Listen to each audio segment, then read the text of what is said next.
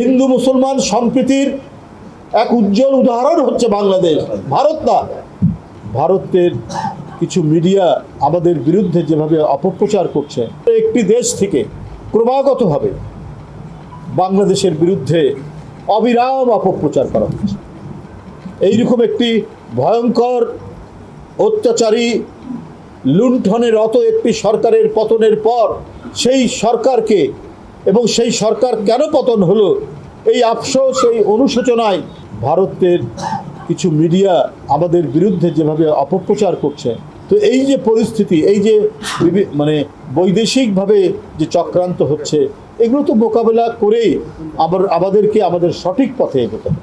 যে সঠিক পথ থেকে যদি আমরা বেঠিক হয় তাহলে তো ওরা আরও সুযোগ নেবে। বাংলাদেশের সেনাবাহিনী একটি গর্বিত সেনাবাহিনী, আমরা দেখেছি যখনই যাই হোক, কিন্তু চূড়ান্তভাবে জনগণের পক্ষে অবস্থান নিয়েছে বাংলাদেশের সেনাবাহিনী।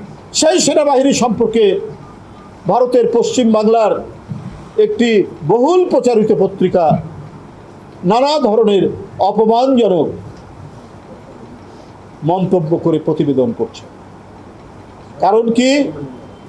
কারণ এইটাই যে তাদের পছন্দ মতো যে সরকারটি ছিল সেই সরকারটি নেই।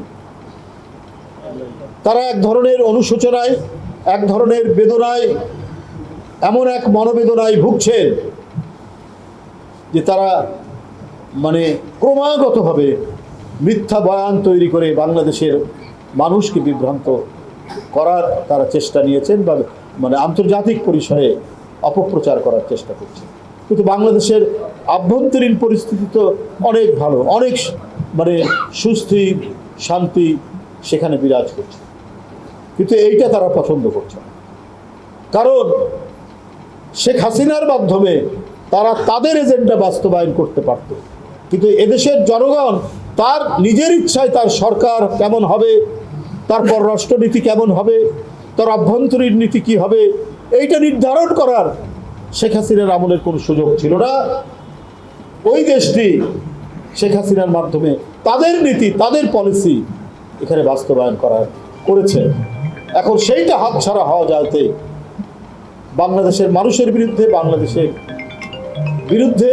বাংলাদেশের সেনাবাহিনীর বিরুদ্ধে অপপ্রচার এবং অপতথ্য তারা বিতরণ করছেন, প্রসারিত করছেন মিথ্যা বলে।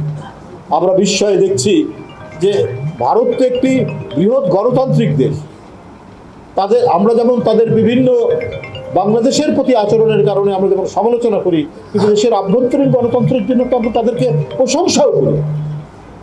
তাদের যে ডেমোক্রেসির ইন্টারনাল বিউটি, তার জন্য তো আমরা তাদেরকে প্রশংসাও করি। কিন্তু আমি দেখেছি সেখানে আনন্দবাজার পত্রিকা তো নিজেকে সেকুলার পত্রিকা বলেই বলে, কিন্তু আমি ওখানে দেখেছি যারা সেকুলার বলেও দাবি করে তাদেরও অত্যন্ত গভীরে কোথায় যেন একটা সাম্প্রদায়িকতা কাজ করে। সেখানে কেউ সেকুলার আছেন বলে 2-3টা লোক থাকতে পারেন, অরুন্ধতী রায় সহ কয়েকজন ব্যক্তি হয়তো থাকতে পারেন, অমর্ত্য সেন, অরুন্ধতী রায়, এরা ছাড়া আমার মনে হয় আর কেউ সেখানে সেকুলার নেই। হিন্দু মুসলমান সম্প্রীতির এক উজ্জ্বল উদাহরণ হচ্ছে বাংলাদেশ, ভারত না। বাংলাদেশ সেটা উদাহরণ। সেইখানে তারা শেখ হাসিনার পতনের পর একের পর এক কথা বলে, অপপ্রচার, অপতথ্য দিয়ে